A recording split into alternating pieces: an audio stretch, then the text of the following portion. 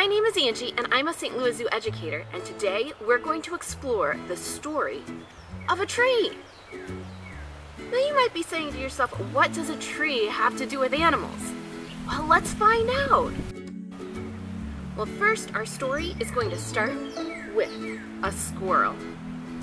Have you ever seen a squirrel outside your window? They're always really busy, aren't they? You see them running. Can you run like a squirrel?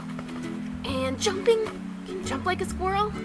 And they do all kinds of things. They look for food. They might find a big nut to eat. They have to break it open first. They eat the delicious insides. So there's all kinds of things that they're doing. But when it starts to get really cold outside, can you shiver like it's getting cold? Ooh. They've got to make sure to look for food because food isn't going to grow in the wintertime.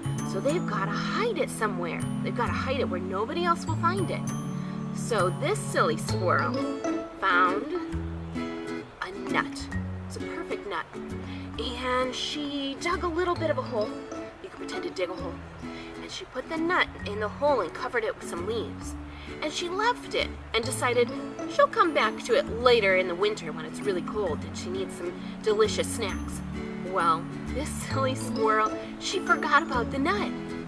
And pretty soon, that nut began to grow into a tree.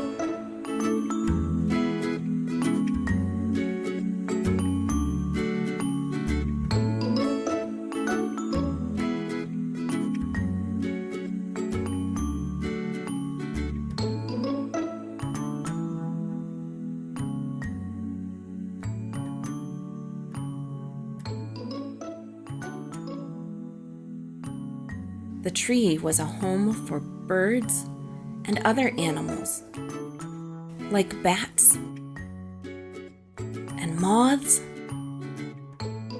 The shade from the tree made it the perfect place for wild violets to grow.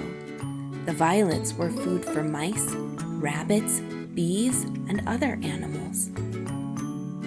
One day, a family of raccoons moved in, and a family of ants visited the tree.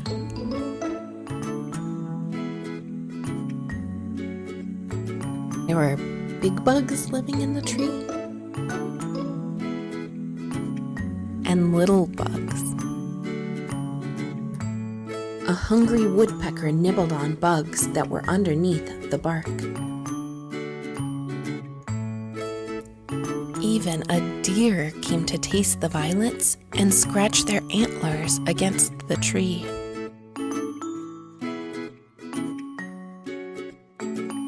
A big bear came by to scratch his itchy back. Can you stretch your arms up like a bear?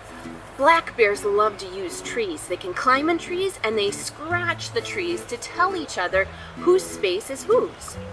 Now, one night, there was a really bad storm.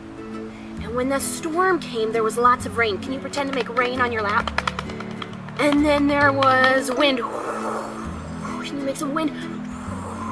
And there was thunder and lightning. Can you clap your hands to make thunder? Yeah, there we go. And then it rained harder, and there was more thunder. And then the wind was so strong that it knocked the tree over. And the tree wasn't a tree anymore. It was a log. Do you think that's the end of our story?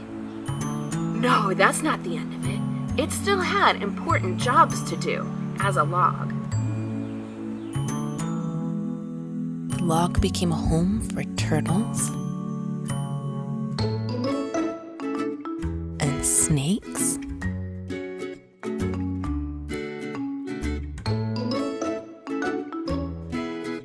It was a home for snails and slugs who left their shiny trails behind them. Soon mushrooms began to grow, and the deer came back to eat the mushrooms.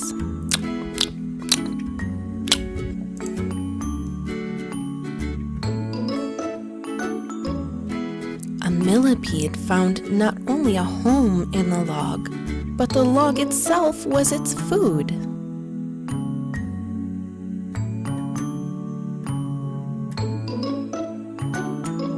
spider moved in and caught a delicious fly to eat.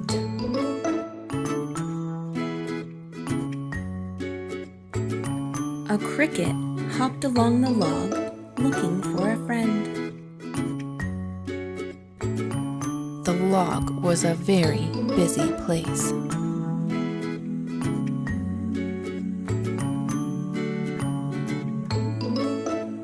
Soon moss began to grow, and before long, the bugs and moss turned the log into a pile of healthy dirt. Then one day, there was a silly squirrel looking for a place to hide some food. And guess what happened? I think nature is pretty neat. I love how trees can be homes and food for animals. Even after they've fallen down and become a log, they're still really important to the plants and animals around them. I hope you had fun hearing our story today, friends. See you next time. Bye!